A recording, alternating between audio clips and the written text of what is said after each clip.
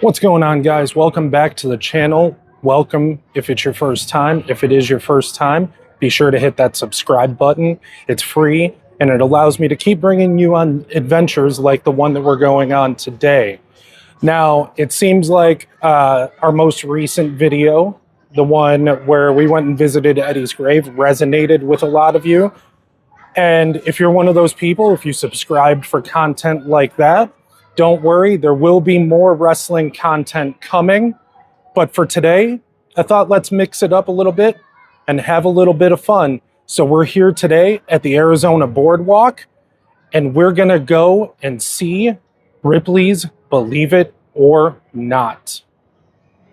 So this is actually a first for me. Not only have I never been to a Ripley's, I've never been to the Arizona Boardwalk at all.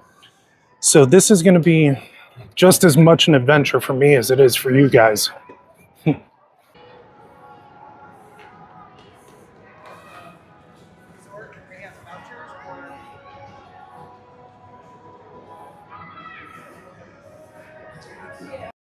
And right as soon as we get up the stairs, we're greeted by a T-Rex made out of car tires.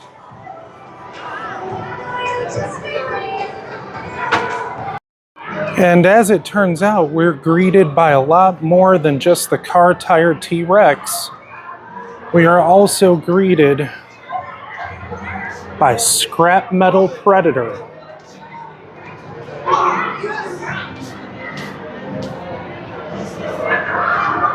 And as with every Ripley's location, we are also greeted by the world's tallest man, Robert Wadlow.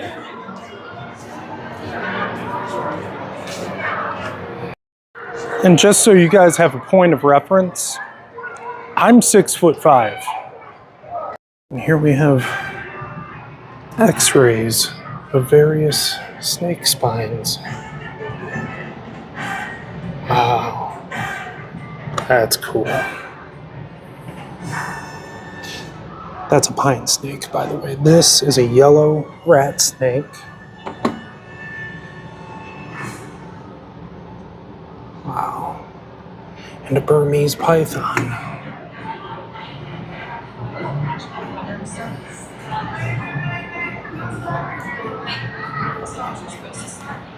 And Albert Einstein made of toast.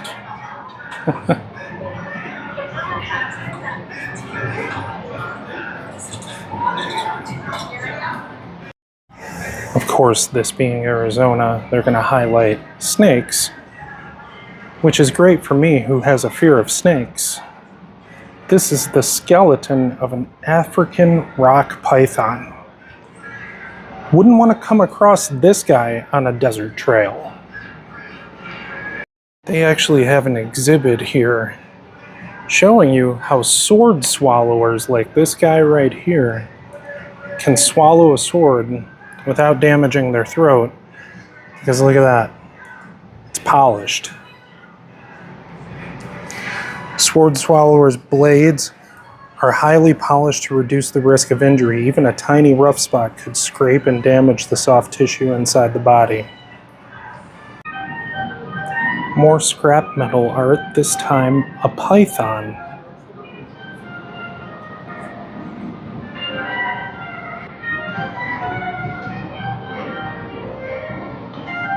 Apparently it's gonna face swap me.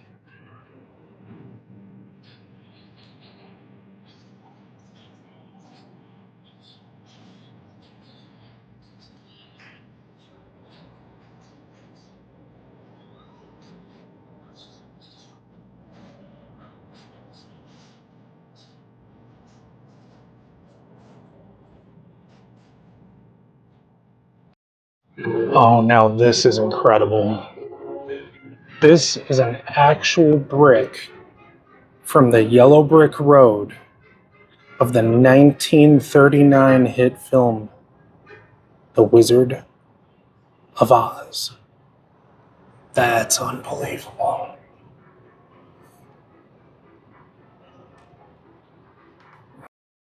And here we have an old vampire killing kit with garlic silver bullets, and holy water inside. Apparently, people believed, tourists mostly, that these could keep them safe from vampires. Interesting.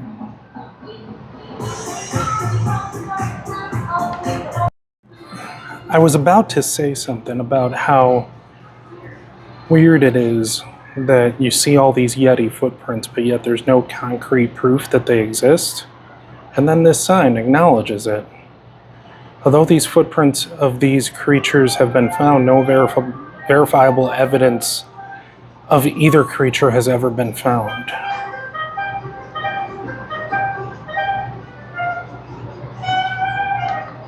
A calf with two faces. Wow.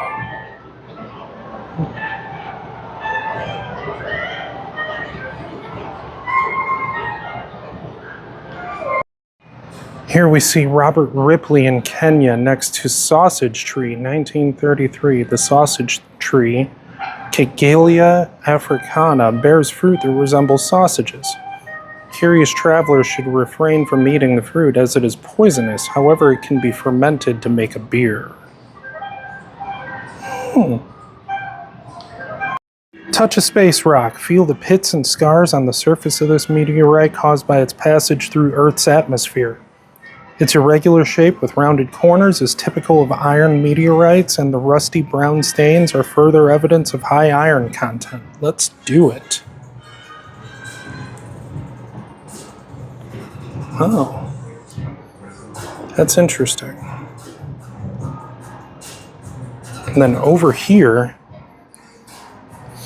lift both samples to feel how heavy they are. Even though it's the same size, the meteorite on the left is heavier than the earth rock on the right because it contains a higher proportion of iron and nickel.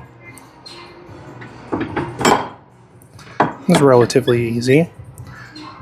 Common earth granite is made of minerals like quartz and feldspar that contain a large proportion of lightweight elements such as oxygen and silicone.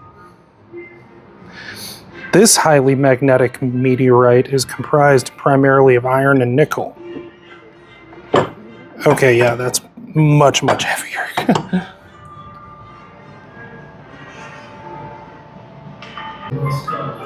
This rock may look ordinary, but it came all the way from Mars. Believe it or not, it formed from molten rock from deep beneath the surface of the red planet.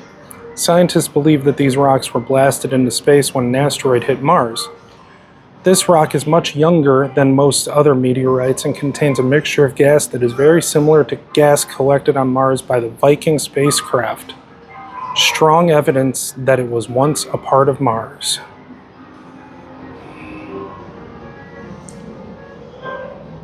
There she is. Incredible.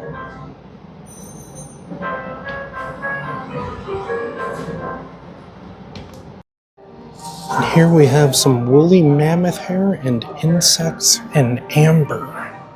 There's woolly mammoth hair. That's incredible.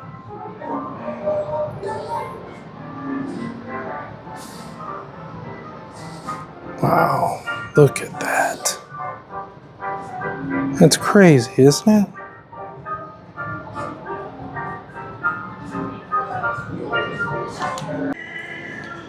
It says here that this is a block from the La Brea tar pits in Los Angeles, California, which, by the way, is yet another place that I plan on bringing you guys someday.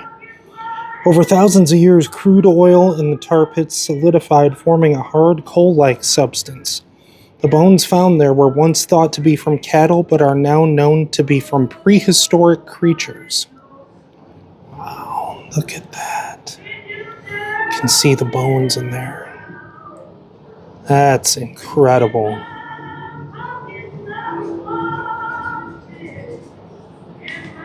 This is a Smilodon fatalis casting. And that is one big kitty. Meow. Triceratops. And these right here it says are 100 million-year-old dinosaur eggs. Please don't hatch. And this here is coprolite.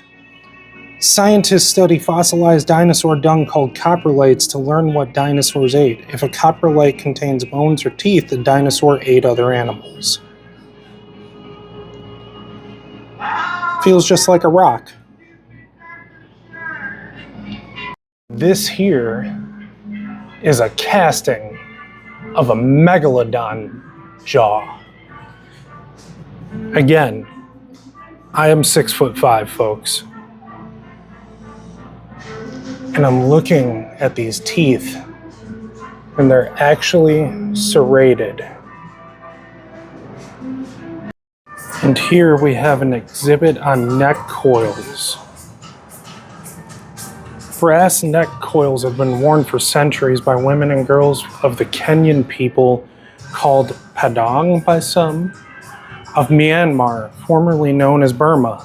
The coils draw attention to the women's seemingly elongated necks, a symbol of status and beauty in their culture. Many Kayan people fled repression in Myanmar in the 1960s to settle in refugee camps across the border in Thailand. And today the coils represent a vital link to the tribe's cultural heritage. But you see, it's actually an optical illusion because it pushes the shoulders down and the jaw up, creating the illusion of an elongated neck. Here's how they explain it.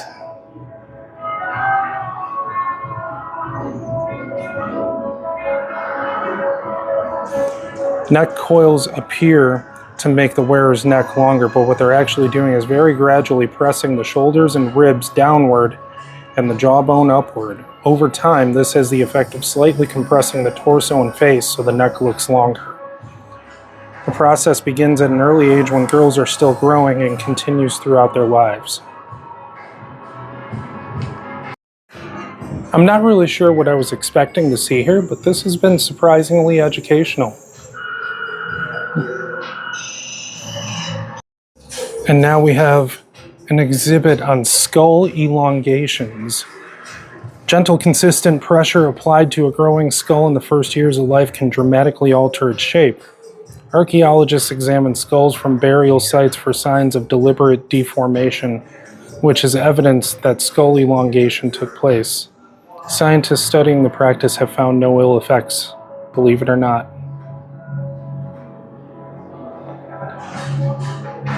And here is what your average human skull looks like. And here is an actual elongated human skull from pre-1900 Peru. Look at that. That's crazy, isn't it? And here we talk about body modification, and they explain how tattoos work. Find the ink, lift the skin layers. The temporary tattoo is on the surface, but the permanent tattoo ink is under layers you can see through. Okay, so let's give it a shot. There's the temporary tattoo. Oh, maybe not. The temporary tattoo is right here on the surface. There's one layer of skin gone, right? The second layer of skin is the one with the tattoo. There we are. And here is a tattoo kit. A tattoo needle is not hollow. Instead, the artist dips the needle into ink and the tattoo machine vibrates rapidly to push the ink into the skin. That is true. If you've ever seen slow motion tattoo needles, it's very, very interesting. It's here that these sculptures were created using a phone book. There's former President Barack Obama. And I'm not quite sure who that is. Oh, no. That's not the artist, but the artist's name is Alex Quirrell. Alex Quirrell, you're very talented, sir. This is a replica of a general from the Terracotta Army made of 2,000 pounds of jade. The original was found with the first emperor of China.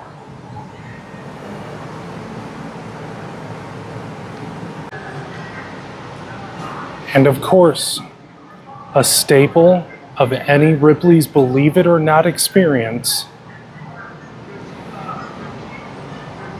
honoring the dead. The making of shrunken heads called sansas was a powerful ritual with deep respect for the deceased warriors whose heads were being shrunk. These artifacts displayed here are real human remains. They deserve similar respect. And here they are.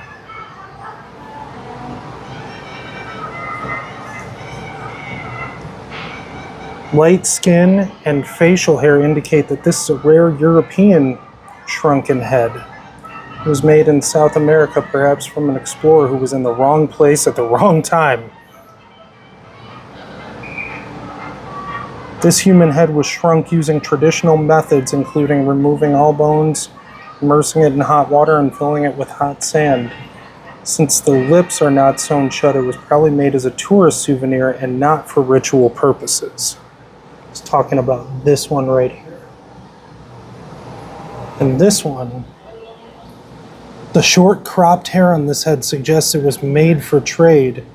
Ritual sansas were only made from the heads of rival male warriors who more commonly had long dark hair.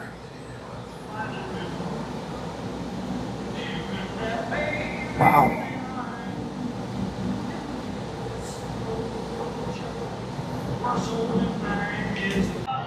So this next part is kind of cool because this actually features exhibits that were purchased by the Wizard of the Weird himself, Mr. Robert Ripley. This is a Serinda from South Asia. It says Mr. Ripley purchased this traditional folk instrument in India or Afghanistan in 1936. One of the 3 wooden sound boxes is covered with stretched animal skin, like a banjo. And I'm not sure exactly what this is, but that just looks cool.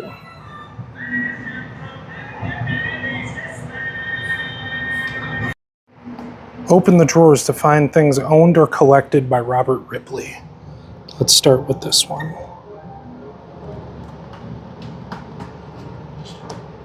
It's Robert Ripley's passport.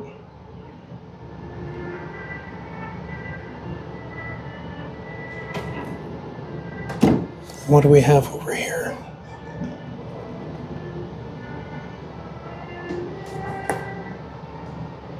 Headquarters, 3rd United States Navy. Dear Mr. Ripley, replying to your letter of July 30th, the facts as stated are partially correct and partially not.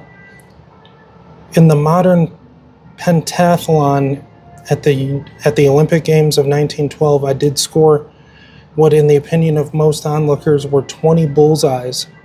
However, the judges, there were 5 of them, could only find 19 holes, so claimed that the other bullet was a miss. There was no medal given for the shooting competition, as it was part of a 5-event contest, and no medal was found in the salt mines, so far as I know. I regret to undramatize what was a really fine story. I appreciate your consideration in verifying it before publication. From General G.S. Patton.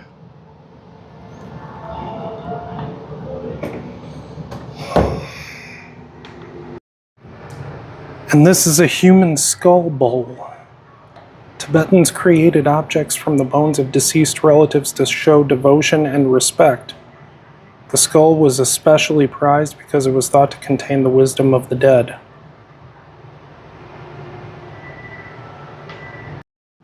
And this here is a human skin mask from Cameroon, West Africa.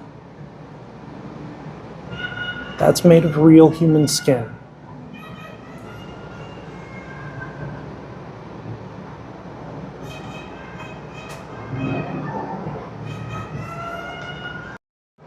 And this is a Tibetan skull cup made from real human bone. And look at how intricate this is, especially on the top. Just look at that. Isn't that incredible? And these are tiny sculptures by Willard Wiggin. He's a micro sculptor. Pause the video there and read if you want to learn about him, but I'm going to move on. Touch to view the micro sculpture.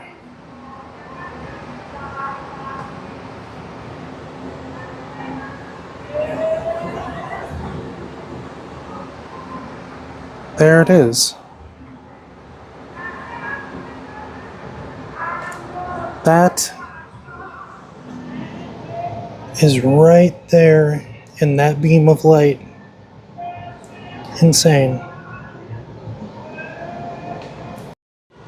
And this right here is a barn owl sitting on an eyelash inside of a sewing needle. That is unbelievable. Could you imagine the skill that must take? Okay, this one's much easier to see. This is a unicorn made by Willard in 1993.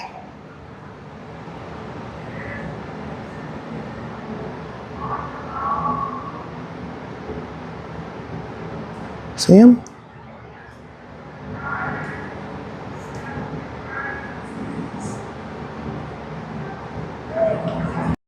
This is an optical illusion of a tiger made using yarn and knitting needles. And I don't see anything until I move over here. There he is.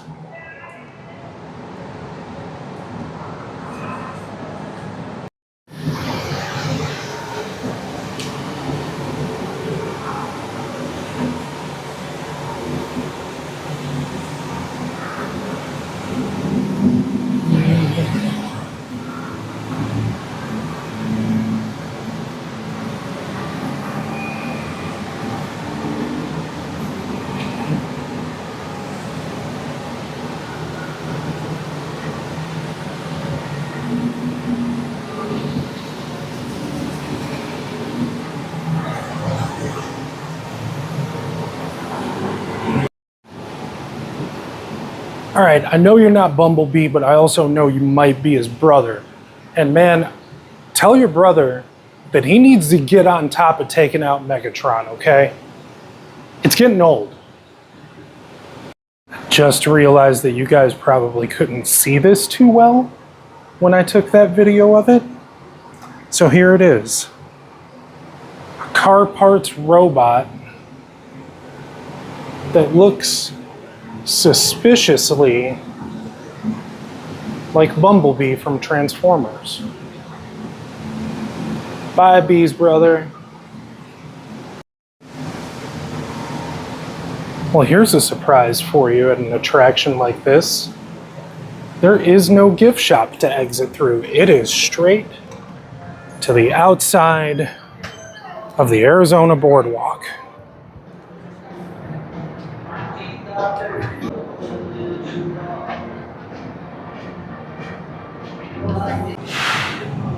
So I worked up quite an appetite walking through Ripley's, got pretty hungry, only had a very small breakfast today.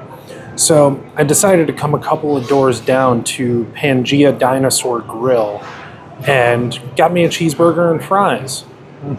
And look at that. How delicious does that look? Let's go ahead and take our lactate because I am lactose intolerant, but I'm also a glutton for punishment.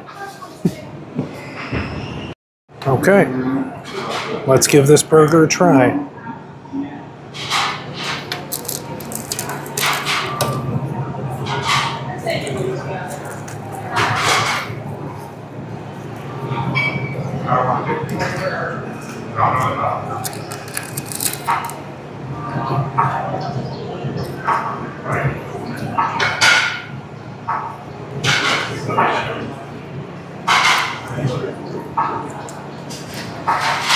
That's a good cheeseburger.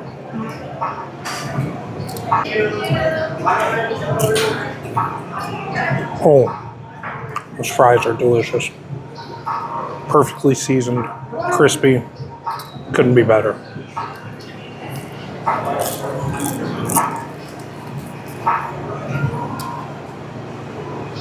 Definitely would eat here again. Okay, now normally I would not vlog while I'm in the bathroom, but some of these signs are just hilarious.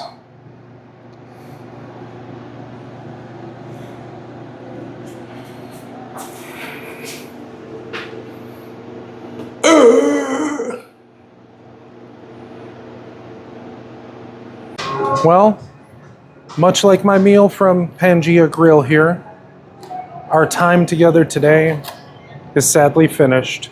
I know, as always, sad zombie noises, right? Well, the good news is, as soon as I'm finished here, I'm actually going and filming another video here at the Arizona Boardwalk today. So, if you want to see that, subscribe. It's free. Like and share this video, spread it far and wide, and help me keep creating compelling content, fun content, interesting content for you guys. Thank you and goodbye.